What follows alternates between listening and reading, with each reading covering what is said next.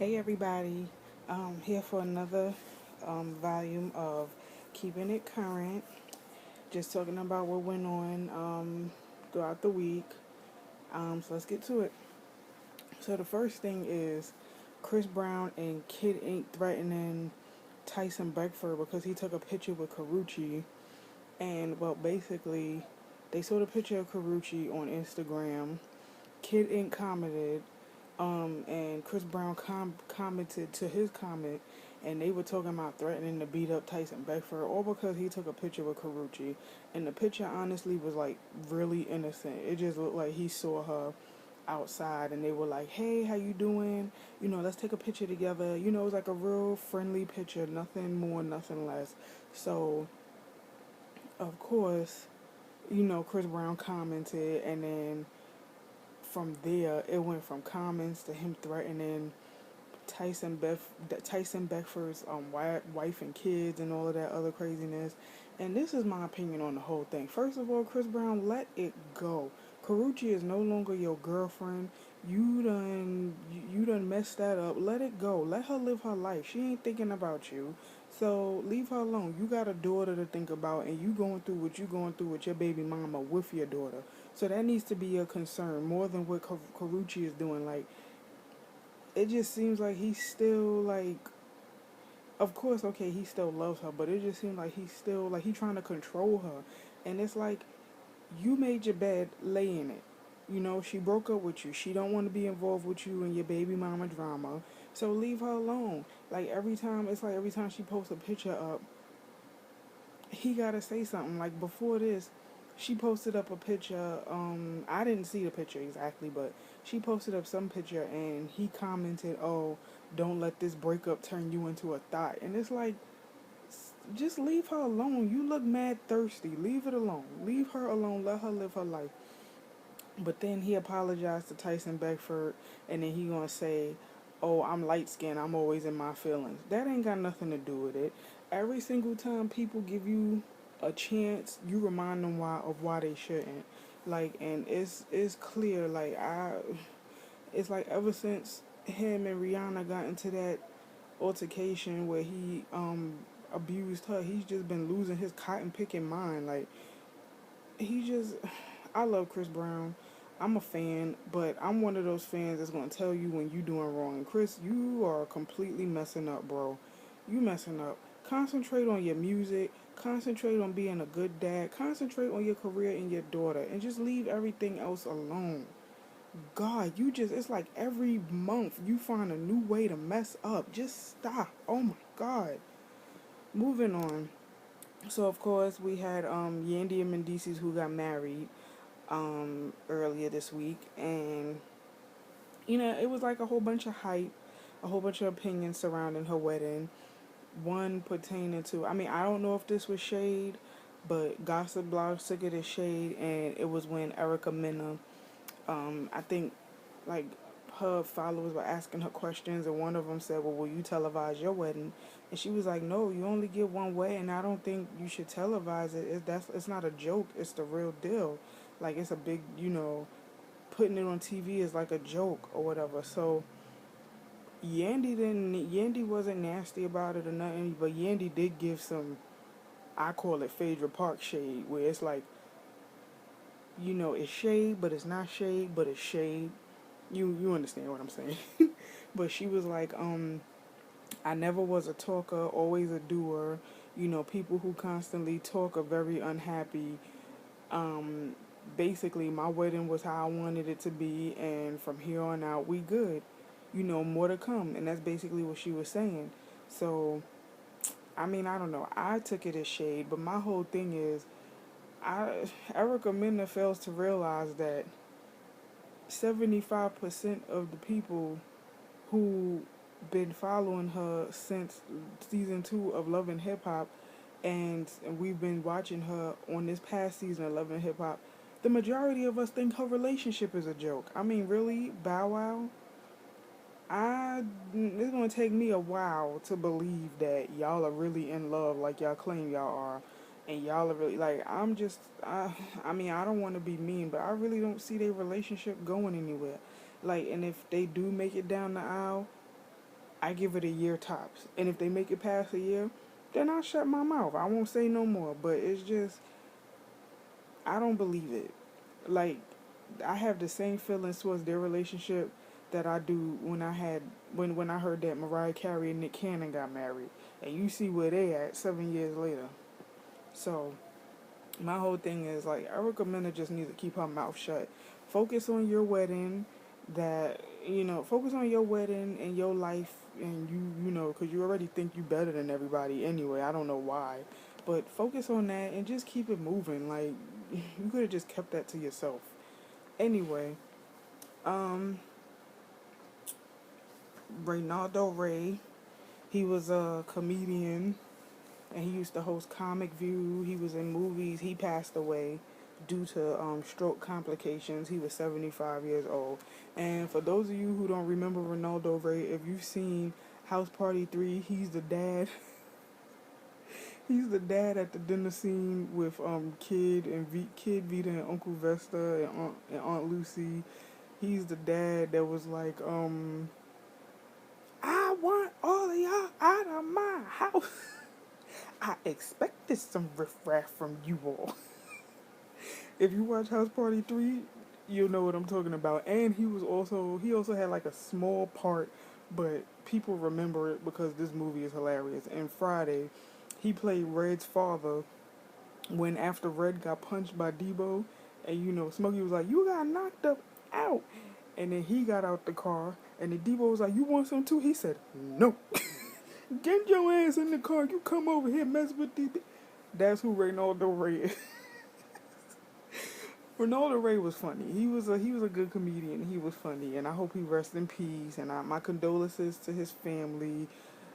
Strokes and cancer, all that craziness, I hate with a passion. So, rest in peace to him. Sidebar. If there's like any actresses or anything, aspiring actresses or whatever, that's watching, NBC is holding auditions for a live version of The Wiz for the role of Dorothy.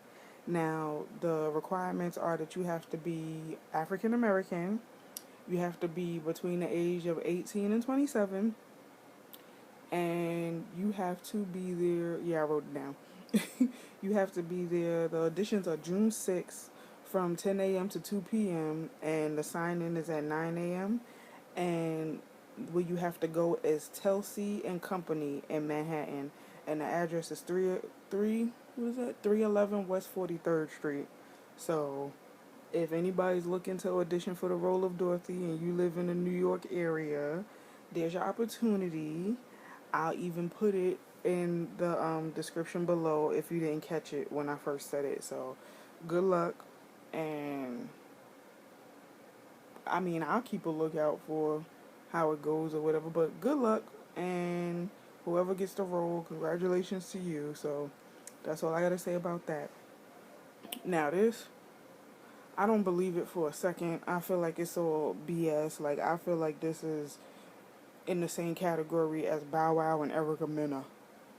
Rich Dollars and Moniece Slaughter are talking about getting engaged before the year is over.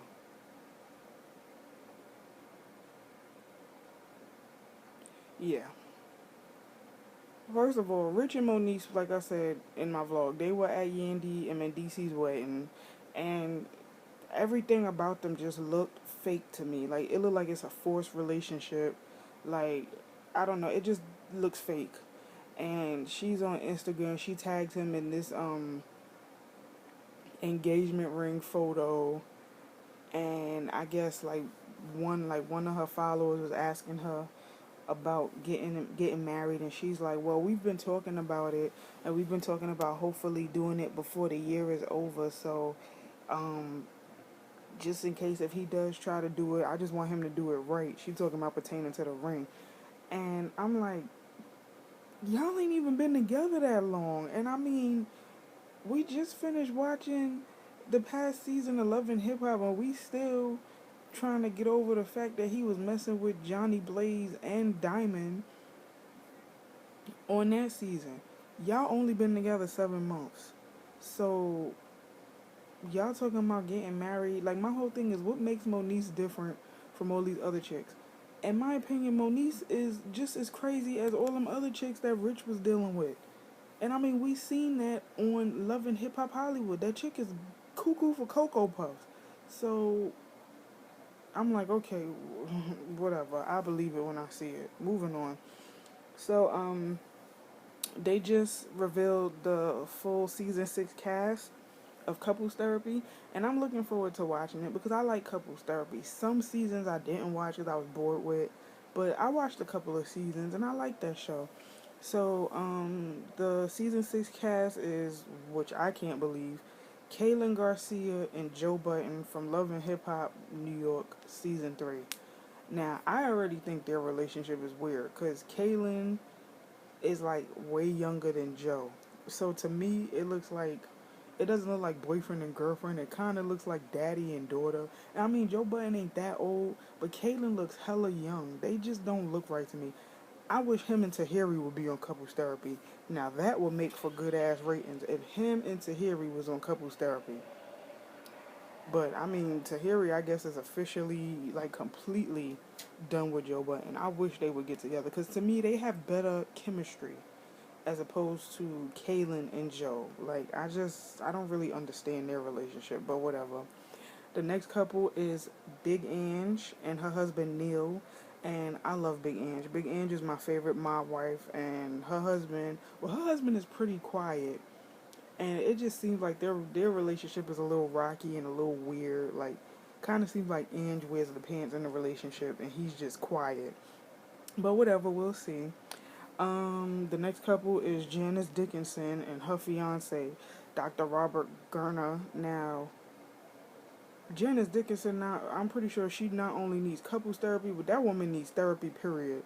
Like, she has issues, and we've been seeing her, um, you know, in the media on TV. Like, she is just a train wreck, and she's proud of it. But it's like, dude, like, really, you can't be a train wreck the rest of your life. Like, even the majority of the people who were train wrecks in their past life, they got it together at some point. Prime example, Snooki, Paris Hilton, um, who else? I wish Lindsay Lohan would get it together. Now, that's a train wreck I would love to see get it together. But, you know, like, people like that, train wrecks, and they got it together. They grew up. Um, Next couple is, I don't really know much about them. Creed frontman Scott Stapp and his wife Jacqueline Stapp. They're gonna be in the cast. I don't know much about them, but I'm looking forward to learning about them on this season. And the final couple is RuPaul Drag Race contestant Carmen Carrera and her husband Adrian Torres. And that will be I don't know. Well, I don't think Carmen Carrera is transgender. I think she's just a drag queen. So I guess that's like a same-sex marriage with them, but that should be interesting too. So I'm looking forward to watching. I don't know when it comes on. They just revealed the cast. They didn't reveal a premiere date. Speaking of premiere dates, I am hype and excited to say that season 2 of Empire is coming back September 23rd. We gon' drip, drop, drip, drippity drop, drip, drop. We make that thing go drip. I'm sorry, I got in a moment. But if you watch the first season of Empire, baby, you'll be like me, hyped for season 2. I cannot wait till Raji Henson herself announce the date. So I am hyped. And if I can, I will vlog about it. Yes, I will. We shall see. I am excited. Next, Lil Mama debuts like her sausage video. It's a new song she came out with. I watched the video yesterday. Me personally, I like it. Now every time I look at Lil Mama, I don't know if it's just me, but now every time I look at her, I see Left Eye. Like, now she remind me of Left Eye. Crazy. I mean, I don't know. Once a person plays a person in a movie, I think that's the person like forever. Like Notori Norton, ever since she played Lil Kim in Notorious, I think she looks like Lil Kim. I always see Lil Kim's face. Well, not Lil Kim's current face. Old Lil Kim. Lil Kim original face, not whatever the hell this is parading around on TV and on the blogs. Old Lil Kim, hardcore Lil Kim. That's who I think of when I look into Tory Norton. But yeah, Lil Mama's. I like her sausage video. She it was like very old school. She took it back to her roots. Like it looked like it was filmed in Harlem. 'Cause I think she's from Harlem or she's from Brooklyn, one of them. But it looked like it was in New York. So she had a lot of old school dance in there, new school. The song itself, the beat and everything was old school. She even threw Mary in there. She had on a Not Gonna Cry ensemble, but she was singing 7 days. I was like, all right, Lil Mama. But people hating on Lil Mama or whatever, and everybody has that running joke of when she jumped on the stage with Alicia Keys and Jay Z in 2000 at the 2009 VMAs. But other than that, from what I was seeing on my timeline, a lot of people liked her video, and I mean, I'm one of those people who liked it. It's a good comeback for her, in my opinion. So kudos to her. It's better than her singing about her lip gloss being popping and baking a cake at the bakery. Like, yeah, yeah. So I mean, this was a good look for Lil Mama in my opinion. Kudos to her. Now the final thing I'm gonna talk about is something I just saw on Facebook, like maybe an hour or so ago, and this Peter Guns posting a picture on Instagram hinting that him and Amina Butterfly is getting a divorce. It was a picture of a sign. It looks like a yield sign or something like that. Not yield. It looks like one of them street signs, but it says divorce ahead. And he posted that. I don't think it had a caption or anything. And a lot of people are like speculating that he's posting that because him and Tara is back together, and it's revealed that him and Amina haven't been together in months. So my whole thing is, first off, I don't really believe that him and Tara are back together. But I mean, at the same time, I wouldn't put it past either one of them. Because I mean, they do share 13 years together, but Tara will be a dumb ass if she goes back to Peter. Because he's made it clear that he's not going to change his ways. So, if him and Amina are divorcing, well, thank God, because their whole relationship since they got together has been a mess. He got with her and married her while he was still with Tara, and then him and Tara broke up. He tried to be a husband to Amina, but kept going back and forth between Amina and Tara. And then, I mean, he openly admitted, I give him that he was still in love with the both of them. He got Amina pregnant, went on the last season of Love and Hip Hop New York, got Amina pregnant. She's in her like 8th, 9th month of pregnancy. He decides he wants to take a trip with Tara and their sons to Barbados. So he lies to Amina and tells her that he has to go to, what was it, Trinidad? One of them, for a energy drink. Like he's the face of an energy drink. And all that time he was in Barbados with Tara, and he was basically laying all his cards on the table for Tara, and Tara's like, no, I don't want to be with you. I need a man who isn't gonna do me dirty, who's gonna be a man and not mess around on me. So because Tara didn't want him back, he chose to be with Amina, and he tells her while she's laying on the bed in labor that he chose her and the baby. And Amina's like, you didn't choose, you allowed her to choose for you. Because she doesn't want you, now you want to be with me. You gave her that option. So Amina had enough, and I guess she realized, as a mom, she can't keep doing this to herself. She can't keep doing it. She can't do it to her daughter. So she decides to leave and go to Germany and stay with her twin sister. Peter follows her to Germany, and then comes back to New York and tries to work it out. Amina needs space. He doesn't want to give her space. It's just a whole bunch of drama. They don't need to be together. Yeah, I basically broke down their whole relationship. They don't need to be together. They don't. Because how you get them is how you lose them.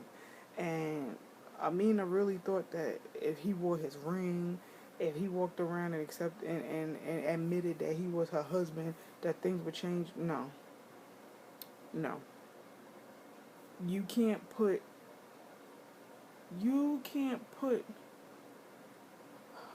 what's the saying? You can't put a bow on crap and expect for it to be a present.